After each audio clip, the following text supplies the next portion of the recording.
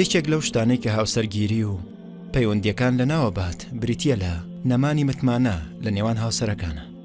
ئەوە ژڕێک ئەو شتەیە کە پۆرنۆگرافیەی کات.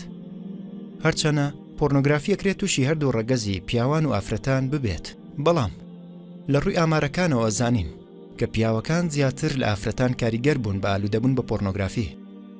وەلەنجامە یەکجار زۆر بە ئازارە کە ئافرەتەکە بۆی دەرەکەوێت کە هاوسەرەکەی ئالوودەیە بە پۆرنۆگرافی. ئافرەتەکە هەست دەکات کە بەپێی پێویست باش نییە بووی، هەر بۆیە پیاوەکە لە شوێنێکی تر بەدوای خۆشحاڵبوو ناگەڕێت. بۆ ئافرەتەکە پیاوەکەی خیانەتی لە متمانەبوونیان کردووە و لە ناکاوە ئافرەتەکە واز دەکات کە چیتر هاوسەرەکەی ناناسێتەوە. وەلەوەی زیاتر ئافرەتەکە لەگەڵ چەندەها پرسیارە ئەجەنگێت لە مێشکی خۆیە. بۆ نمونە چەندێکە ئەو سێری پۆڕ نەکات. ئایا پەیوەندی لەگەڵ کەسی ترا هەیە؟ ئایا من چیتر سەرنجڕاکێش نیم؟ ئایا ڕاستیەکەی پێوتوم دەربارەی ئالوودەبوونەکەی یاخود هێشتا درۆم لەگەڵەکات؟ ئەگەر مناڵەکانی لەلا بەجێ بێڵم تو بڵی سەلامت بنەوە تا دوایی بە کورتی تەواوی ژیانی لە ناکاو ئەکەوێتە حاڵەتێکی دوودڵی و گومانی بێکۆتاوە. کێشەکە وەیە کە دووبارە دروستکردنەوەی ئەو متمانەیە لەم حاڵەتەیە ئەکرێت چەندین ساڵی بوێت و بۆ هەندی هاوژین بە نزیکایی مەحاڵە، هەر بۆیە جیابوونەوە کرێت تاکە چارەسەر بێت. چەند ساڵێک پێش ئێستا پیاوێکی بەتەمەن هاتە لام کە دانی بەوەیانە کە چەندین ساڵە ئالوودەی پۆڕن بووە.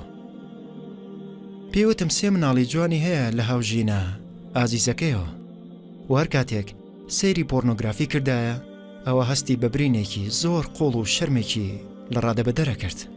بێگومان ئەوە تەواوی چیرۆکەکە نییە، بە ئازارترین حاڵەت کە تەجروبەی کردبێت لە تەواوی ژیانیە. ئەو کاتە بووە کە کچە گەورەکەی بینیوێتی کە سەیری پۆرنۆگرافیە کات و خۆی خۆشحاڵەکات. کەوتۆتە حاڵەتێکی زۆر سەخت وە تەنانەت نەیتوانیوە بستێکیش بجۆڵێت. پاش چەند چرکەیەک هاوژینەکەی هاتۆتە ژوورەوە. هەر بۆیە زیاد لە 30 ساڵ لە هاوسەرگیری کۆتایی پێهات. هاوژینەکەی هەر لەوێیە بڕیاریا بوو کۆتایی پێبێنێت.